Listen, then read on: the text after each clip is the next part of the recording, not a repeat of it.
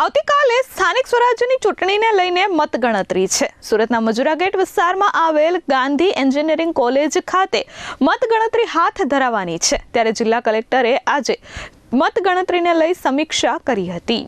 સુરતમાં સ્થાનિક સ્વરાજ્યની ચૂંટણીને લઈને આવતીકાલે મતગણતરી યોજાશે. સુરત મહાનગરપાલિકાની ચૂંટણીમાં કુલ 59.21% જેટલું મતદાન નોંધાયું છે.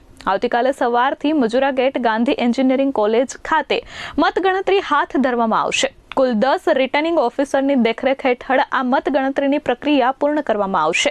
દરેક રિટર્નિંગ ઓફિસરને 3 વોર્ડની જવાબદારી સોંપાઈ છે, જેનાથી કુલ 30 વોર્ડની ગણતરી ઝડપથી પૂર્ણ થશે. ઈવીએમ મશીનોને સ્ટ્રોંગ રૂમમાં સુરક્ષિત રાખવામાં આવ્યા છે અને કેન્દ્ર પર પૂરતો બંદોબસ્ત ગોઠવી દેવામાં આવ્યો છે. મતગણતરી માટે ખાસ 2 અલગ-અલગ વ્યવસ્થા બિલ્ડિંગમાં તમામ કરવામાં આવી છે. તમામ વ્યવસ્થાઓ માટે અગાઉથી જ તૈયારીઓ થઈ હતી. મીડિયા કર્મીઓ, ચૂંટણી એજન્ટો અને મતગણતરી એજન્ટો માટે બેઠક વ્યવસ્થાઓ કરાઈ છે.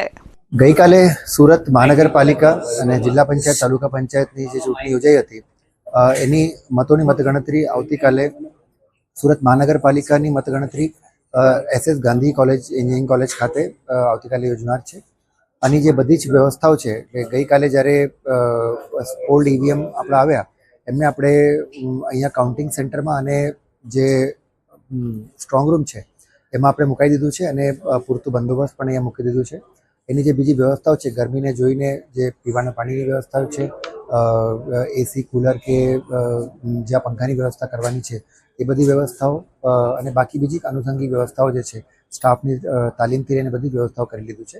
આશરે ઓલમોસ્ટ 2000થી ઉપરનું ફક્ત કાઉન્ટિંગનો જો સ્ટાફ છે એમાં હાજર રહેવાના છે અને 10 રિટર્નિંગ ઓફિસર વાઇઝ જે 3 વોર્ડ જે અમે બેસેલા છે એમાં 30 વોર્ડની મતગણતરી આવતીકાલે સવારે યોજવાની છે.